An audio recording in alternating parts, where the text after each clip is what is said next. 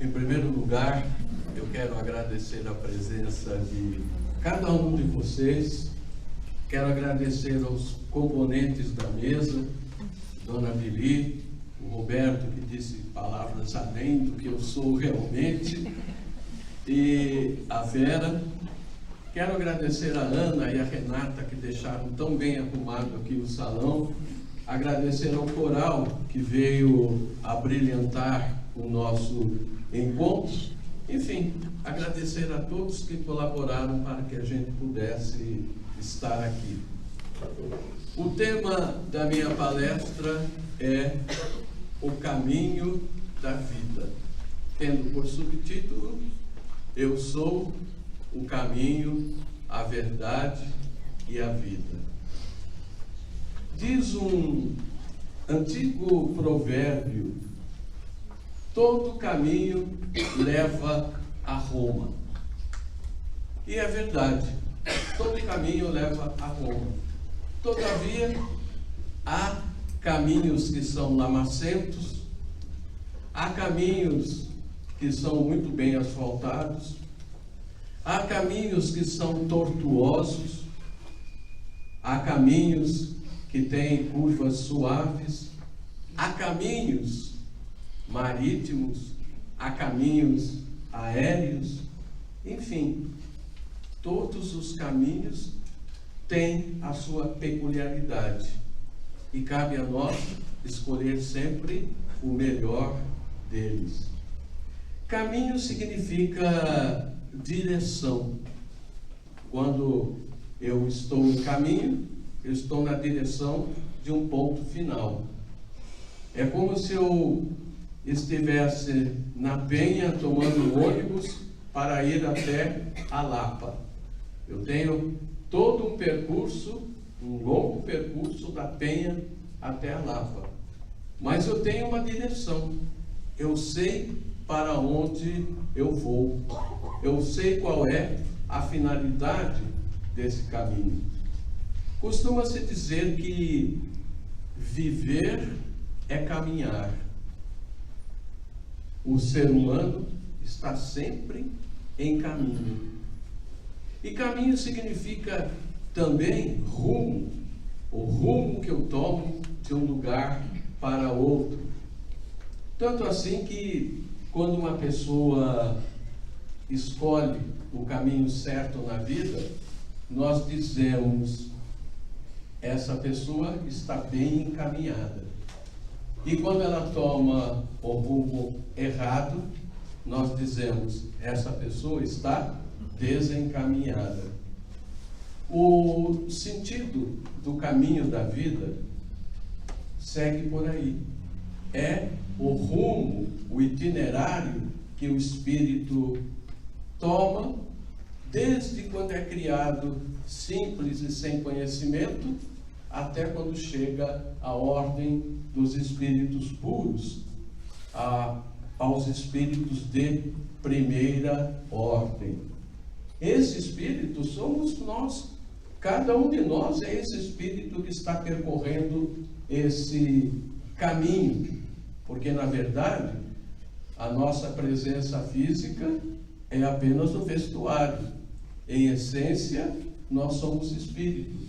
Portanto, nós somos esse espírito que está fazendo esse percurso da sua criação até a categoria de espírito puro. Há basicamente dois caminhos: o caminho do bem e o caminho do mal. Quando nós trilhamos o caminho do bem, nós estamos dando cumprimento ao significado da nossa vida. No entanto, não são todos que pensam que a vida tem um sentido, que a vida tem um significado. Pensadores materialistas, pensadores ateus, dizem que a vida não tem nenhum sentido. Tomando como exemplo o pensador francês Jean-Paul Sartre, costumava dizer que quando nós nascemos, nós somos lançados no mundo, jogados no mundo, sem nenhum fundamento, sem nenhum sentido. O ser humano, para Sartre, está caminhando rumo à morte. E quando chega a morte, vem o nada. Vejam que pensamento pessimista. Mas, em contrapartida, há um outro pensador francês, chamado Gabriel Marcel, que diz exatamente o oposto. Ele é cristão. E diz, o homem, ele usa uma expressão latina, o homem é homo viator, que significa homem itinerante, homem viajante. O homem é um viajante que caminha pela vida rumo a um propósito. Esse propósito é a felicidade eterna. Por isso, o pensamento de Gabriel Marcel é chamado de filosofia da esperança. Mas nós temos mais que esperança. Nós temos a certeza desse caminhar rumo ao progresso. A nossa vida realmente, como pensa a doutrina espírita, é um caminhar, mas é um caminhar para a perfeição.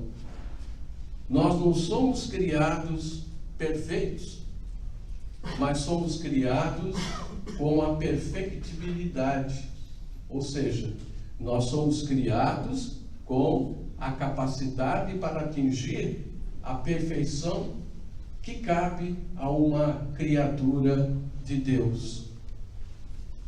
Isso se chama lei do progresso. A lei do progresso é uma lei natural, é uma lei divina. As leis humanas mudam. Está aqui um advogado experiente que pode dizer isso. As leis humanas modificam-se muito, mas as leis divinas são imutáveis. E a lei do progresso diz que, como espíritos, nós caminhamos sempre para a perfeição. Nós não regredimos como espírito. Podemos regredir em algumas áreas da nossa vida. Na área financeira, alguém pode ter muito dinheiro hoje e não ter nada amanhã. Alguém pode ter um status muito elevado hoje e perdê-lo amanhã. Alguém pode ter muito poder hoje e no futuro não ter mais. Aliás, eu tenho conhecimento de um caso que é exatamente sobre isso. Um alto executivo de uma empresa brasileira que existe em todos os estados tinha um poder muito grande dentro dessa organização. Ele dirigia a diretoria que dava todos os lucros à empresa. Ele era diretor comercial.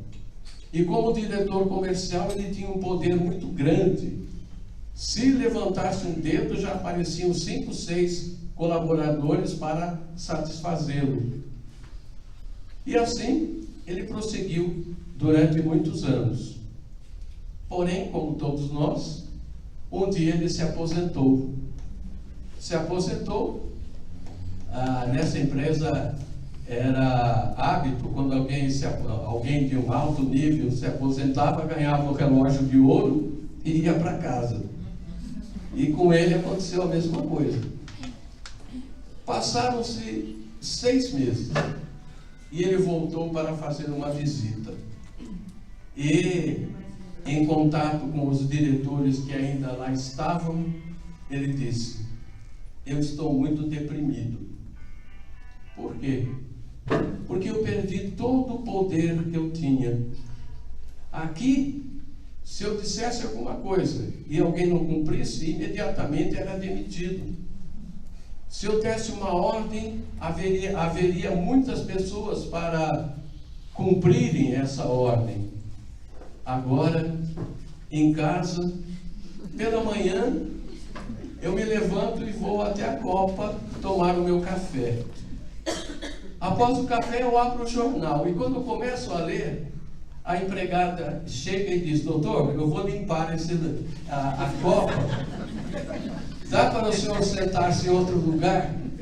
Aí eu me sento numa outra cadeira. E ela diz: não, eu vou limpar a copa. Dá para o senhor sentar lá na sala? Mas daqui a pouco eu vou limpar lá também. Bem, com isso, ele dizia: eu não tenho mais poder nenhum. E ele não estava preparado para isso. Em nossa vida, nessas áreas, realmente nós podemos regredir. Mas como espírito, nós estamos sempre caminhando para frente, sempre caminhando para o alto, sempre caminhando para a nossa autorrealização. Esse é o caminho do progresso. Existem dois tipos de progresso: o progresso intelectual e o progresso moral.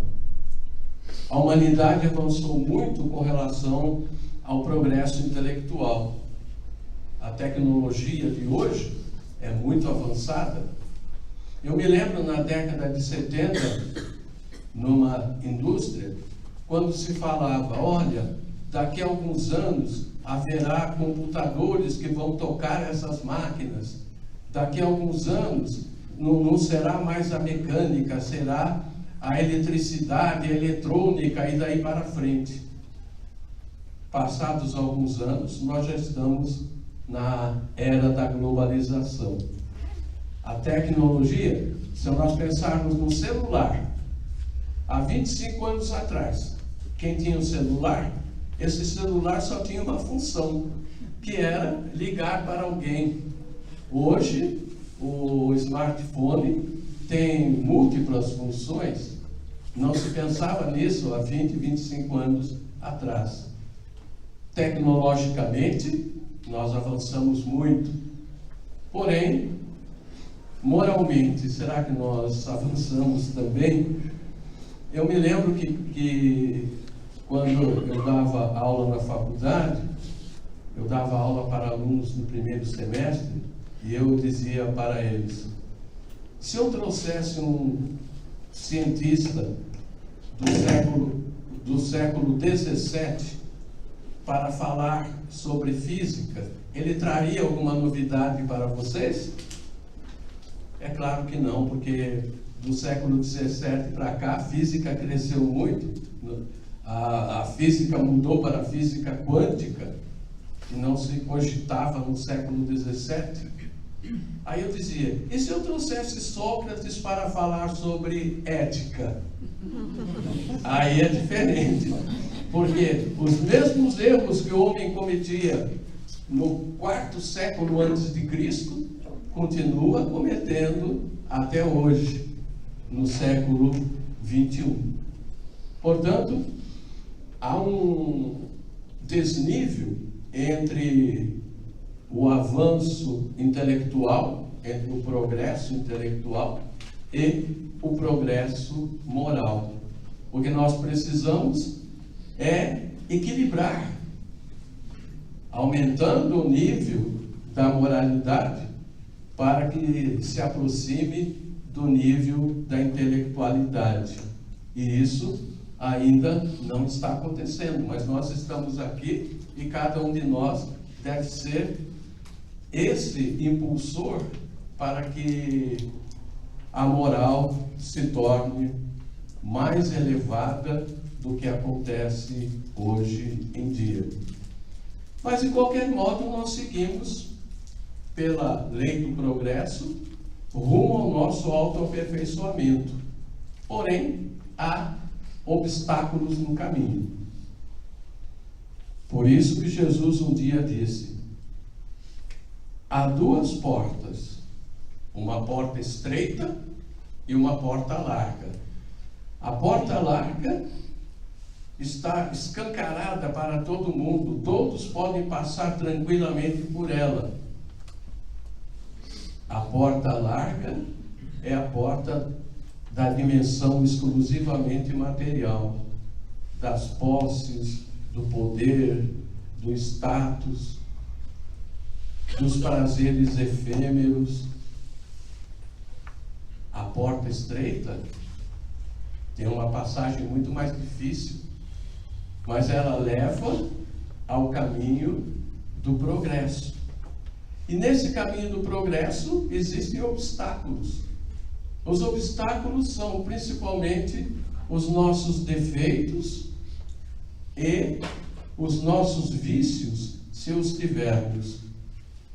Eu vou citar dois dos principais obstáculos: egoísmo e orgulho. No egoísmo, eu fico fechado dentro de mim mesmo. No egoísmo, eu me torno um homem encapsulado. Eu corto o vínculo com todos os outros e quero satisfazer apenas as minhas necessidades, os meus desejos, os meus anseios. Com relação ao orgulho, eu também me fecho diante do outro. Eu me coloco acima do outro e vejo o outro de cima para baixo. Com isso, eu me isolo. E, no entanto, eu só posso progredir em contato com o outro. Logo, se eu sou egoísta, se eu sou orgulhoso, eu estou impedindo o meu próprio progresso. Há um conto interessante sobre o orgulho. Chama-se O Rei Orgulhoso. Um rei era tão orgulhoso que exigia dos seus súditos não só que curvassem o pescoço, mas que curvassem toda a costa, de modo que ninguém conseguia ver a sua face, só via os seus pés. Mas isso era um problema muito sério para os copeiros, que tinham que servi-lo, porque eles tinham que servi-lo agachados, abaixados. E um deles, um dia, desequilibrou a bandeja e a comida caiu nas ricas vestes daquele rei. Imediatamente ele se levantou da cadeira, pulou para trás e, com a faca que ele estava trinchando um javali, ameaçou atirar no copeiro. Mas nesse exato momento, o lustre enorme que ficava no teto caiu, e caiu exatamente na cadeira onde ele estava sentado. Nesse momento ele se deu conta: se não tivesse acontecido isso, ele estaria morto. E, pela primeira vez, elogiou um súdito e deu umas moedas de ouro. A partir desse dia, os súditos não precisaram mais curvar as costas diante dele. Bastava curvar o pescoço. Esse conto mostra como o orgulho afasta o homem do seu semelhante. Então, tanto o orgulho quanto o egoísmo são obstáculos ao nosso progresso. Todavia, nós temos também as facilitadoras do nosso progresso, que são as virtudes. Eu vou citar duas virtudes que são o oposto desses dois vícios: a fraternidade, oposto do egoísmo, e a humildade, oposto do orgulho. Essas duas virtudes aceleram o nosso progresso a partir do momento em que nós chamamos o próximo para nós, a partir do momento em que nós recebemos o próximo de braços abertos. A fraternidade e a humildade. A humildade é o reconhecimento dos nossos limites. Todos nós temos um limite, mas há quem, o orgulhoso, não reconhece esse limite. O humilde, mesmo sabendo que tem virtudes, sabe que também tem defeitos. O exemplo clássico da humildade está no pensador da antiguidade, Sócrates. Os discípulos de Sócrates gostavam tanto dele que achavam que ele era o homem mais sábio de Atenas. E ser o mais sábio de Atenas, que era a capital da cultura, era ser o homem mais sábio do mundo. Mas, para terem certeza, foram até o templo de Apolo Lício e ali perguntaram à sacerdotisa, que profetizava e que respondia às perguntas dos consulentes, perguntaram: quem é o homem mais sábio do mundo? E ela respondeu: o homem mais sábio do mundo é Sócrates. E eles ficaram felizes e voltaram para contar a novidade para Sócrates. E quando lhe disseram, ele ficou impassível diante dessa resposta e disse apenas: sábio é uma pessoa que detém muitos conhecimentos, muitos saberes, mais do que conhecimento. Porém, eu só sei uma coisa: eu só sei que nada sei. Portanto, eu não sou o homem mais sábio de Atenas e muito menos o homem mais sábio do mundo. Esse é um exemplo clássico de humildade. Bem, nós temos então as virtudes que aceleram o nosso progresso moral, que aceleram o nosso progresso espiritual. O ser humano, além das virtudes, possui também algumas chaves para a sua melhoria interior. 4 dessas chaves. Primeira, inteligência. Há pessoas que são extremamente inteligentes, mas que usam a inteligência para o mal. Aí não se torna a chave da melhoria interior. Mas há pessoas que usam a inteligência para o bem. E nesse sentido, a inteligência é uma chave que vai abrir aquela porta estreita que estava fechada. Existem 2 tipos de inteligência.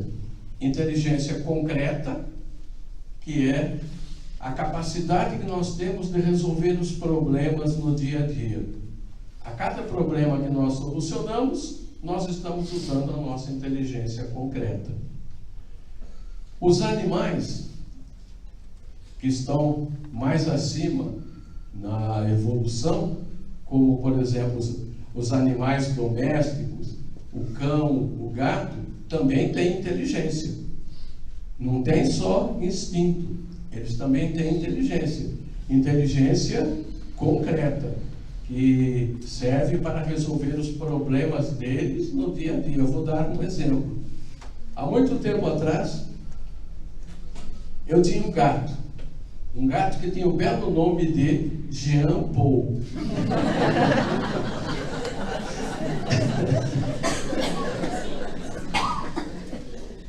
Jean Paul costumava ficar deitado no sofá da sala. Mas de vez em quando ele queria ir para a copa, para a cozinha. Porém, a porta estava sempre fechada. Aí ele dava um miado característico, eu me levantava e abria a porta para ele passar. E ele notou que para abrir a porta precisava baixar a maçaneta. O que ele fez? Um dia ele saiu do sofá e eu já me preparava para me levantar quando ele sozinho deu um pulo, com as 2 patinhas pegou na maçaneta, não aconteceu nada. Ele deu o 2º pulo, melhorou. No 3º a porta abriu. A partir desse dia nunca mais eu precisei abrir a porta para ele. Isso não é instinto, isso é inteligência, inteligência concreta. Mas o homem vai além da inteligência concreta. O homem tem a inteligência abstrata. Pela inteligência abstrata, eu pego um objeto concreto e retiro dele as suas qualidades. Por exemplo, eu posso falar sobre o perdão, eu posso falar sobre a justiça, eu posso falar sobre o caminho da vida. Isso é usar a inteligência abstrata.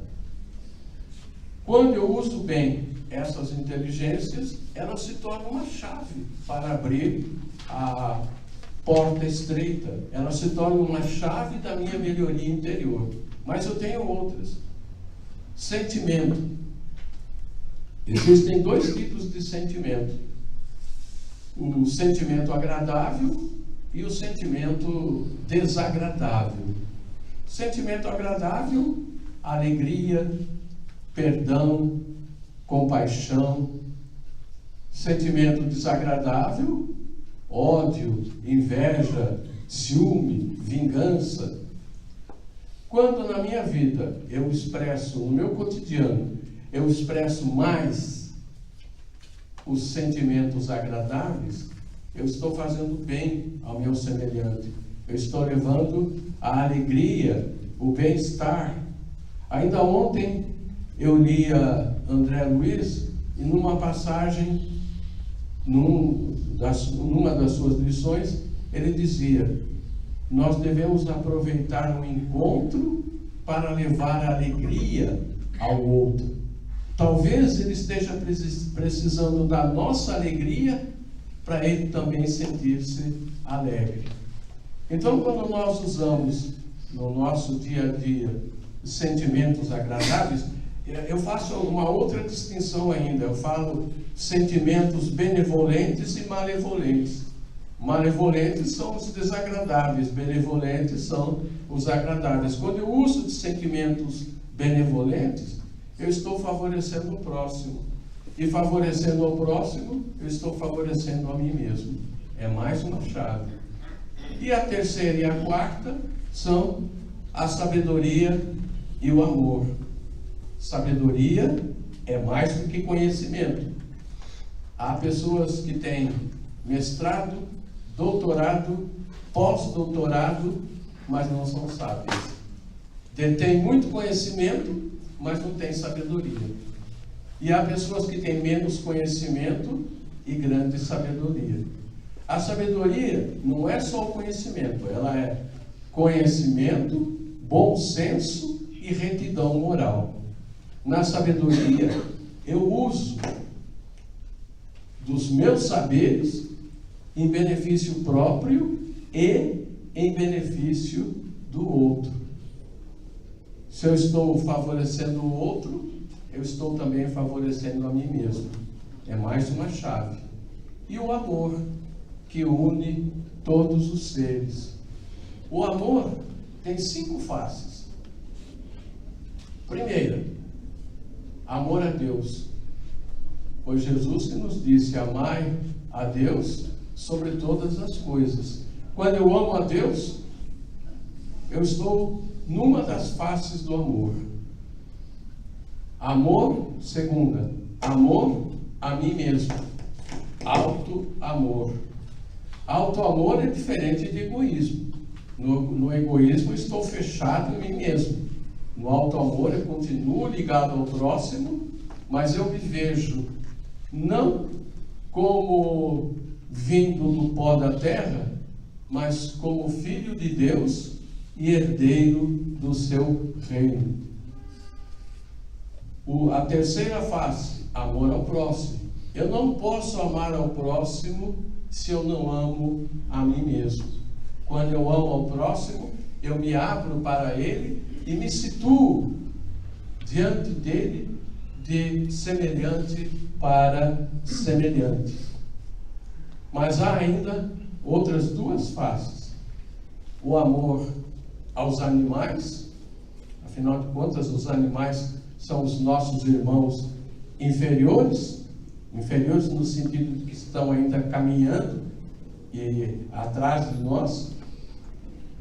Quando nós pensamos, por exemplo, no anjo da guarda, no espírito protetor, nós dizemos: olha, cada um de nós tem um espírito protetor. Nós deveríamos ser o espírito protetor dos animais.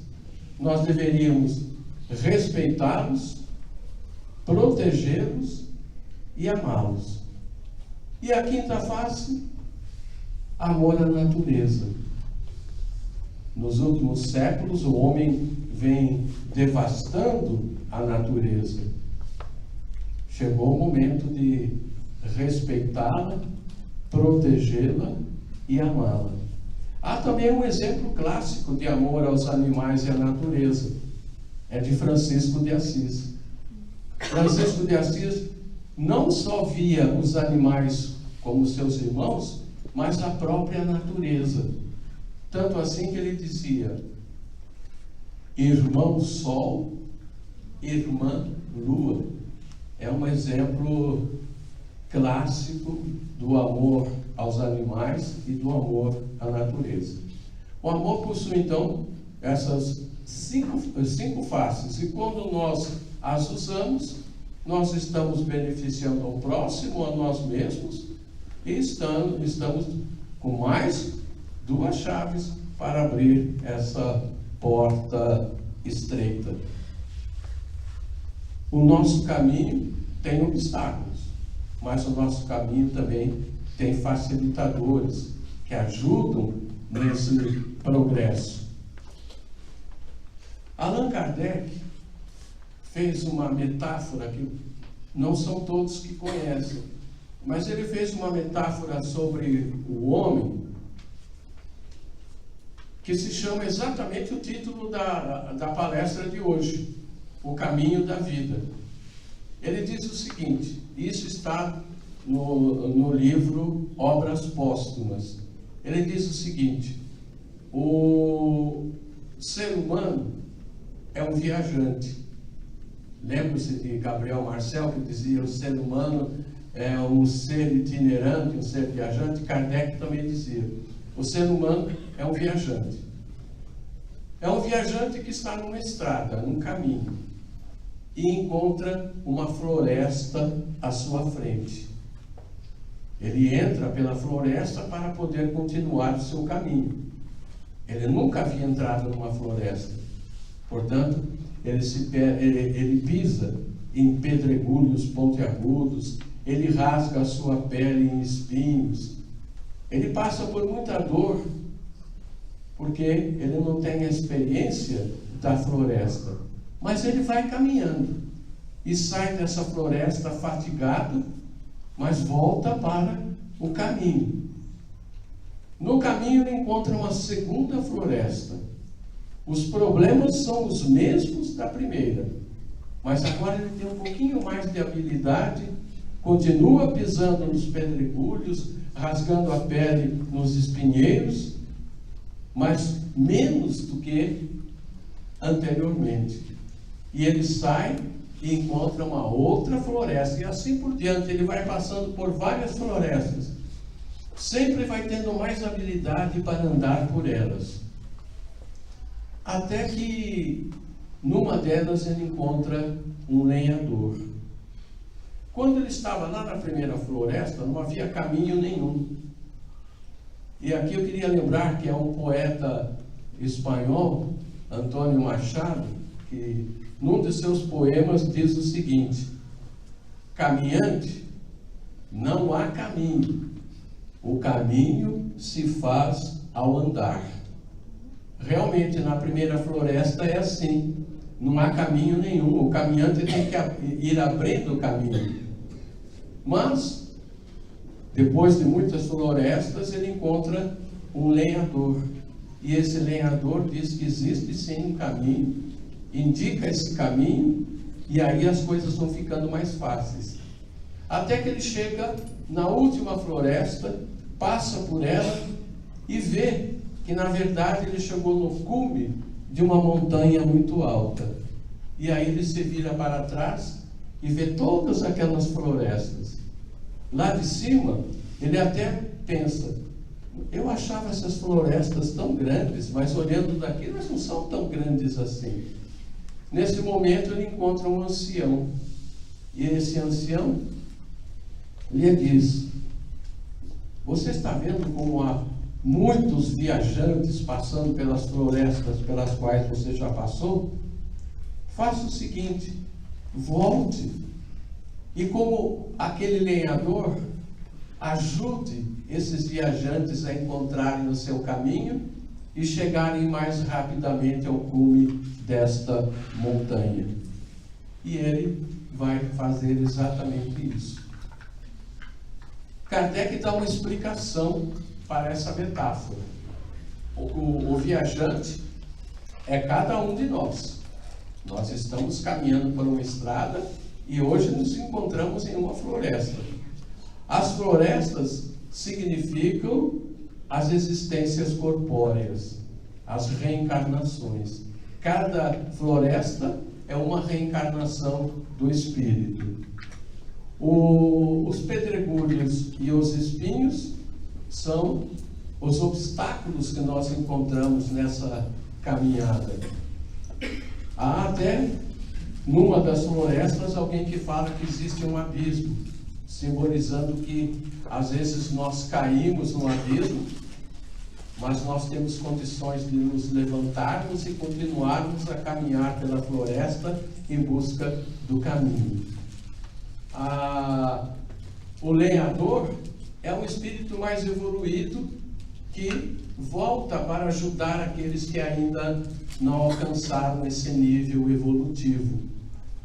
O ancião que está no topo da montanha é um espírito que já concluiu a sua jornada. É um espírito de primeira ordem, é um espírito puro.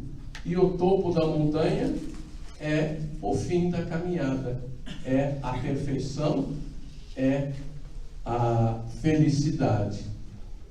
Esses espíritos que voltam para ajudar são o que Jesus chama os bons samaritanos. Lembra-se da parábola do bom samaritano?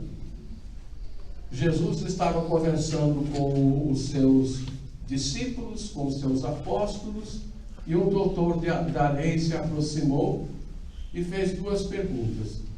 A segunda foi: quem é o meu próximo? Porque Jesus falava para amar ao próximo, e para testar Jesus, esse doutor da lei perguntou: quem é o meu próximo?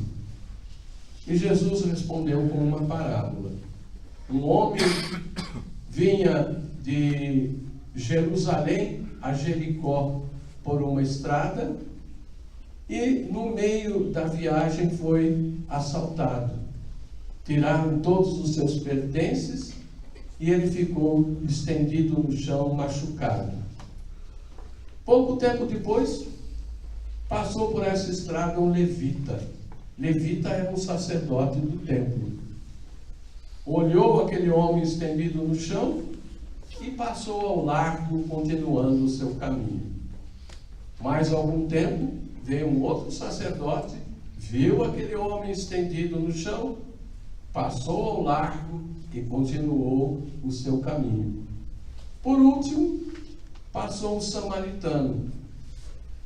Lembrando que samaritano e judeu tinham ódio mútuo por causa de diferenças políticas e religiosas. E Jesus escolheu exatamente o samaritano.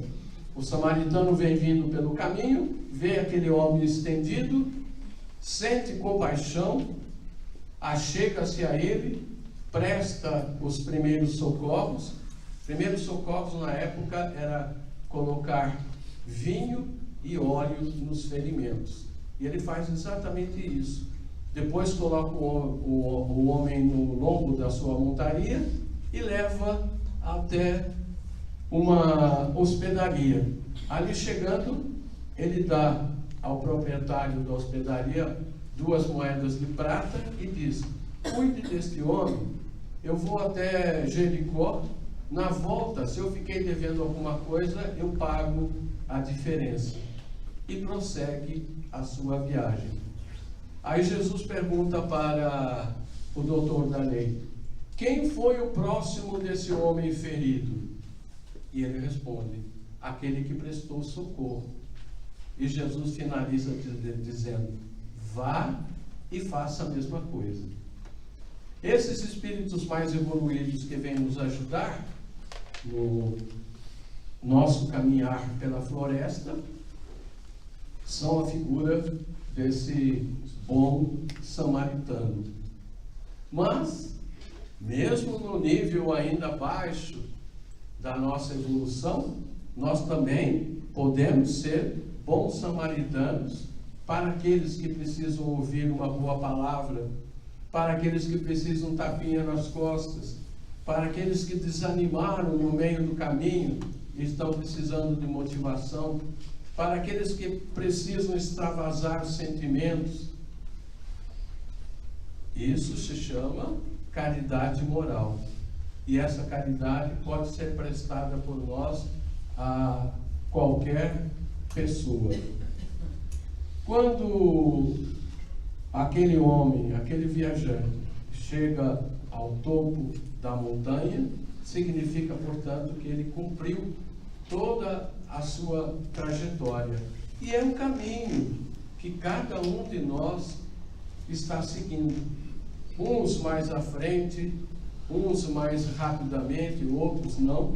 Mas todos nós estamos caminhando, porque de acordo com a lei do progresso, nós vamos sempre rumo ao nosso autoaperfeiçoamento. Assim, cada um de nós está numa floresta, buscando o caminho para chegar mais rapidamente ao topo da montanha. Essa metáfora de Kardec, que é extremamente pedagógica. Ele era pedagogo e nos dá no livro Obras Póstumas essa metáfora que é também pedagógica, lembrando da nossa caminhada pela vida.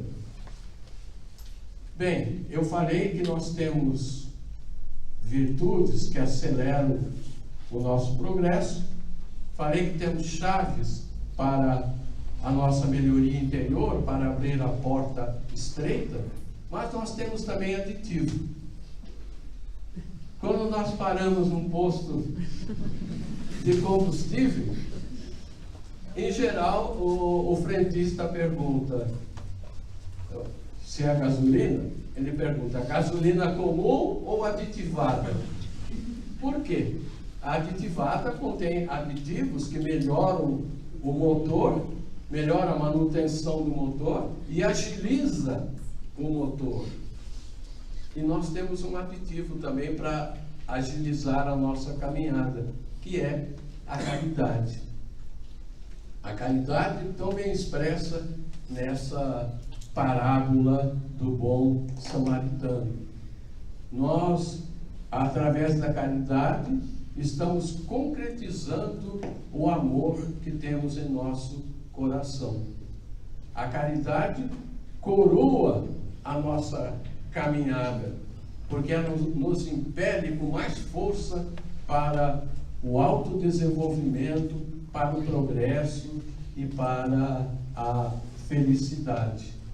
Quando nós seguimos pelo nosso caminho, usando dessas virtudes, dessas chaves e desse aditivo, a caminhada se torna muito mais suave e muito mais rápida. Acontece que nem sempre nós pensamos nisso. O dia a dia acaba tomando conta dos nossos pensamentos, o dia a dia costuma a tomar conta das nossas emoções, dos nossos sentimentos, e nós nos esquecemos de que na floresta em que nós estamos, cada um de nós tem um roteiro no bolso. Que roteiro é esse? O Evangelho. O Evangelho é o roteiro que nos ajuda a encontrar o caminho do bem, o caminho do progresso, o verdadeiro caminho para a nossa felicidade. Mas se o roteiro fica no bolso, nós caminhamos como se não tivéssemos roteiro nenhum. Para usar bem esse roteiro, nós precisamos de 3 ações. Ler constantemente o Evangelho, estudar constantemente o Evangelho. Ler é uma coisa, estudar é outra. Quando eu estudo, eu procuro sentir o significado daquilo que eu estou lendo. Não é apenas uma oportunidade de conhecimento, mas é uma oportunidade de chegar ao sentido mais profundo daquilo que eu estou conhecendo. E terceiro, o mais importante, é aplicar esses ensinamentos em nossa vida. Então, nós precisamos ler, estudar e aplicar o Evangelho em nossa vida. No entanto, nós precisamos de persistência nessa caminhada. Nós precisamos estar sempre focados no futuro, na vida que se abre à nossa frente, vida que nos leva à perfeição, vida que nos leva ao máximo de amor, sabedoria e de felicidade. Porém, às vezes a gente desanima no meio da floresta. São tantos espinhos, são tantos pedregulhos, que a gente acaba desanimando. Mas é nesses momentos que a gente deve se fixar no roteiro que nós temos em mãos, que é o nosso Evangelho, o Evangelho de Jesus Cristo, o Divino Mestre. E nesse Evangelho, nós, nesses momentos de desânimo, devemos focar a nossa atenção naquelas palavras que foram ditas pelo próprio Jesus. Eu sou o caminho, a verdade e a vida. Caminho que leva à verdade. Verdade que nos conduz à vida. A vida em abundância, a vida eterna. Muito obrigado.